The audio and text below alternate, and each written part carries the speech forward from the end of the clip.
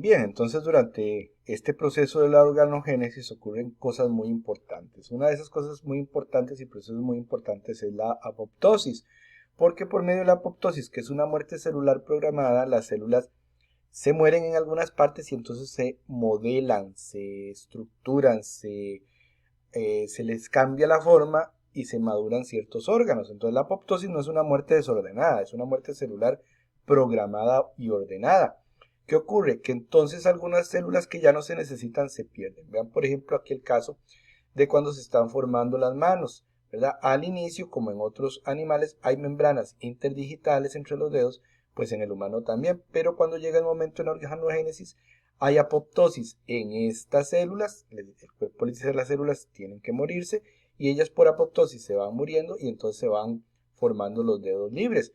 ¿Qué es la apoptosis? Es un proceso de muerte celular que implica unas enzimas que se llaman caspasas, que destruyen proteínas, y otras que se llaman nucleasas, que destruyen el DNA. Entonces, por ejemplo, puede comenzar, porque hay varios tipos de apoptosis, con una señalización que hace que la membrana de la mitocondria se vuelva porosa, que libere citocromo C, y este citocromo C señaliza un mensaje para que se forme un grupo de proteínas que se llama apoptosomas. El apoptosoma activa las caspasas. Las caspasas son proteasas, o sea, proteínas que rompen otras proteínas. Entonces estas enzimas caspasas, por ejemplo, rompen las proteínas del citoesqueleto, de microtubulina, y entonces la célula empieza a perder su forma, a morirse.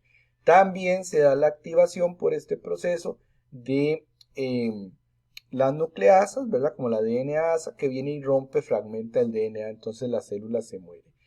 Esto es un resumen de lo mucho más complejo que es la apoptosis, pero es un proceso muy importante durante la organogénesis. Otro proceso muy importante durante la organogénesis, ya lo mencionamos en la videoclase anterior, que son los genes máster y genes del desarrollo.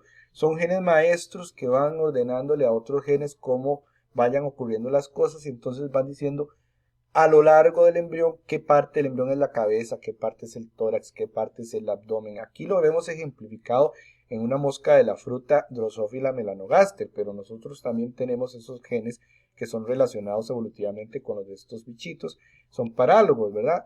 Entonces, entre los genes máster de la mosca de la fruta se llaman genes homeóticos, ¿verdad? O genes homeobox.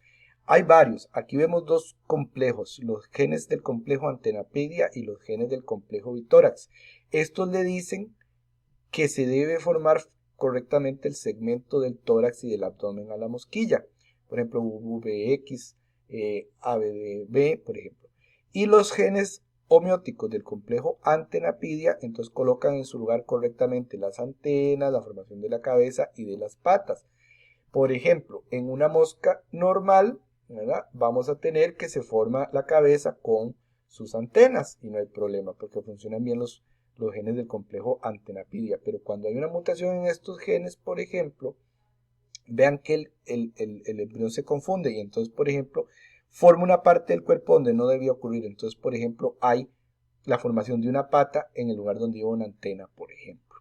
Entonces, esto que estamos viendo con los genes homeóticos u homeobox, como genes máster de las moscas de la fruta, también lo podemos encontrar en el ser humano. Vean que aquí tenemos los genes de la mosca, todos estos genes máster, y aquí tenemos los genes homólogos o parálogos de estos genes máster en la mosca. Entonces, en el humano se llaman los genes HOX, los que dicen qué parte del cuerpo se va a formar en qué sección del embrión. HOX A, HOX B, HOX C, HOX D, pero en realidad son evolutivamente relacionados. Y entonces estos definen las porciones del cuerpo desde el extremo anterior de la cabeza hasta el extremo posterior, ¿verdad? Son los homólogos de los genes homeóticos de la drosofila. Ahora, desarrollo humano no es solamente el desarrollo que ocurre durante el periodo embrionario, sino después del nacimiento, incluso durante la vida. Bueno, veamos aquí los estadios generales del desarrollo humano. Prenatal. El cigoto, que ya dijimos que es la célula diploide, producto de la fertilización que ocurre en las trompas de falopio. El blastocisto o la blástula, que es lo mismo, es el grupo de células que se origina del clivaje o segmentación, ¿verdad? De este cigoto. Es una bola de células, cuando se llena se le hace una cavidad en el centro, esa cavidad se llama el blastocele, se llena de fluido y se rodea por una capa superficial. Luego esta blástula sufre el proceso de gastrulación, que también ya mencionamos. La siguiente etapa es el embrión, que va desde la semana 2 después de la fertilización hasta el final de la semana 8, o sea, de la semana 2 hasta la semana 8 inclusive. El siguiente estadio se llama feto. El feto va desde la semana 9, o sea, apenas termina la semana 8, ya en la semana 9 se llama feto. Y hasta aproximadamente 38 semanas después de la fertilización. Ya después de estas 38 semanas puede ocurrir el nacimiento. Entonces aquí vemos el embrión, el feto, los estadios de crecimiento del feto hasta que llegamos a la cercanía del nacimiento, donde ya tenemos el producto. Aquí tenemos otros ejemplos de estos estadios: el cigoto fertilizado, el estadio de 2 células, recuerden que cada celulita esta se llama blastómero, el estadio de 4 células, de 8 células, 16, el blastocisto con su blastocele adentro. Aquí tenemos un embrión de 4 semanas, ve aquí dice feto, está malo, de 4 semanas todavía se llama embrión. Feto es a partir de la 9, entonces aquí estamos en la semana 10, ya esto es un feto, feto de 16 semanas, feto de 20 semanas. Un concepto importante es el que la ontogenia recapitula la filogenia, o sea que el desarrollo embrionario nos recuerda a los animales con los que estamos relacionados evolutivamente. Vean que, por ejemplo, aquí tenemos los diversos estadios del desarrollo embrionario en un pez, en una salamandra, en una tortuga, en un pollo y en un humano. Vean que en ciertos estadios tempranos es casi imposible de diferenciar si es un humano, si es un pollo, si es una salamandra.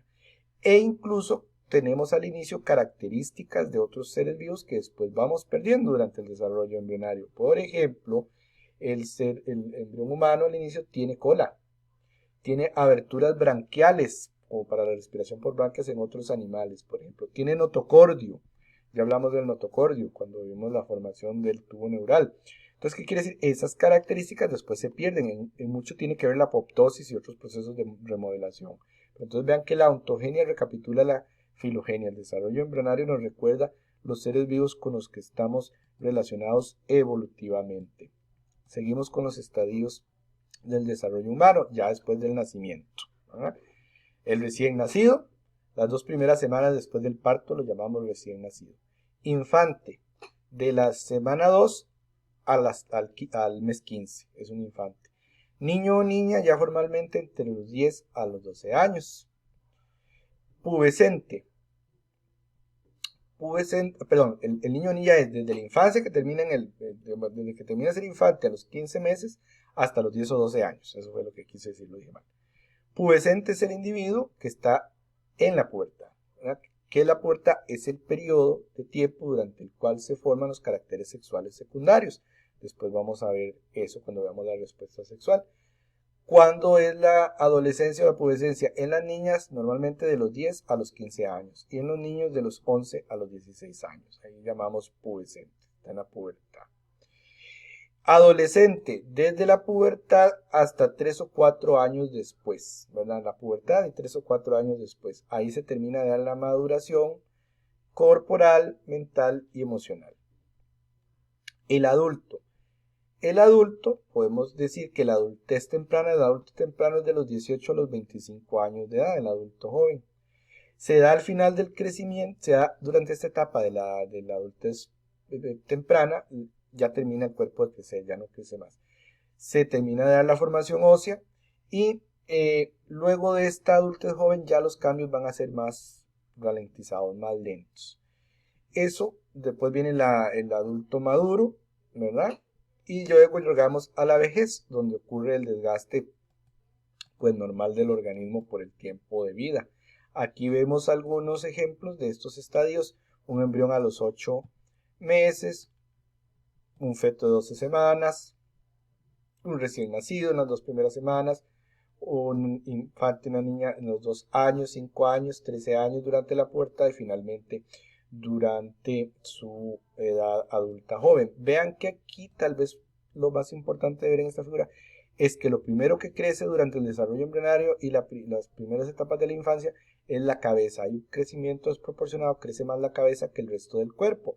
Y después, durante la niñez, entonces se desacelera un poco el crecimiento de la cabeza y es alcanzado por el crecimiento, el desarrollo del resto del cuerpo, hasta que cuando somos adultos jóvenes ya para el crecimiento y ya tenemos el crecimiento y el tamaño, las dimensiones que vayamos pues a tener. Entonces, durante la gestación se forman los órganos, durante la organogénesis ocurre el nacimiento, en la infancia salen los dientes de leche, se aprende a andar, a hablar y muchas cosas. Luego también se sigue el crecimiento durante la infancia, se aprende a leer, se pierden los dientes de leche, llegan los dientes definitivos, pasamos a la adolescencia, donde el cuerpo para de crecer, pero también hay el desarrollo de las características sexuales secundarias, que a eso volveremos en otro tema. Ya desde los veintitantos años hasta los 70 años por ahí, estamos en la edad de la madurez. Trabajamos, los que se reproducen tienen sus hijos, se adquieren experiencias, qué sé yo. Y en la edad adulta, en la vejez, después de los 70 años, pues el cuerpo comienza a funcionar un poquito peor, pero si se le da un buen mantenimiento y se tiene buenos hábitos alimenticios y de salud, las personas pueden seguir haciendo un montón de cosas y disfrutando, no es el fin del mundo. Tal vez para reflejar esta evolución un poquito más parecida a lo que manejamos aquí en el país, digamos como en este cuadrito podemos ver, la niñez, recuerden que estos son números aproximados, de los 5 a los 13 años, la adolescencia de los 14 a los 17 en promedio, recuerden que es diferente un poquito para hombres que para mujeres, adulto joven de los 18 hasta los 35 años, adultos de los 36 a los 64 y aquí en el país consideramos de la tercera edad o adulto mayor a las personas de 65 años para arriba. A veces, a menos de que pase un día de la fecundación, ¿verdad? Sabemos que va a ocurrir el clivaje, va a empezar la segmentación, a producirse blastómeros, a formarse una mórula y qué sé yo. Pero resulta que si en el estadio de 4 a 8 células, la mórula se parte en dos por A o por B, de cada una de esas dos mitades pueden hacer un gemelo, y esos serían gemelos idénticos. Los gemelos idénticos vienen del mismo óvulo, de la misma mórula, y aunque tengan sacos amnióticos separados, van a compartir la misma placenta. Esos son los gemelos idénticos, vienen del mismo óvulo, que la mórula se separó en dos. En cambio, los gemelos fraternos vienen de dos óvulos que por coincidencia estaban ahí y los dos fueron fecundados y los dos originaron cada uno un feto con su placenta. Vean que aquí además de los sacos amnióticos separados también está la placenta separada para cada uno. Entonces estos no son idénticos porque vienen de dos óvulos distintos. Entonces tenemos gemelos fraternos que no son idénticos y gemelos idénticos que sí vienen del mismo óvulo. Y esta figura lo que nos repasa es lo que ya hemos venido hablando desde que comienza el clivaje, los días 1 a 4, luego los días 5 a 7 la evolución del blastocisto y su blastocele, cuando llegamos al útero, y entonces entre los días 8 y 9 comienza la implantación, entre los días 10 y 11 ya está bien implantado el embrión ahí en la pared del endometrio, ¿verdad? Y a partir del día 14 pues ya está bien establecido y empieza a crecer los vellosidades coriónicas, va a desarrollarse todavía pues más. La gastrulación comienza por ahí del día 15 y comienza en un pequeño surco que se llama el surco primitivo, ¿verdad? Que es lo que vemos aquí, por ahí del día 15 comienza la gastrulación, que ya hablamos de ella. Vean que para el día 16 ya empieza a formarse el canal neural, ¿verdad? Que va a dar origen al sistema nervioso y demás. Desde la tercera semana se da este proceso de desarrollo del sistema nervioso. Para los días 18 a 23 ya se van formando segmentos de lo que hace la columna, los somas. Y vean que para los días 24 a 25 ya incluso aparecen las hendiduras branquiales. Esas hendiduras branquiales después se van a cerrar, ¿verdad? Pero eso de qué nos habla? De que venimos de organismos que respiraban por branquias en el pasado evolutivo. Nuestro origen es en el mar. Muy bien, seguimos hablando en la siguiente sección de la videoclase.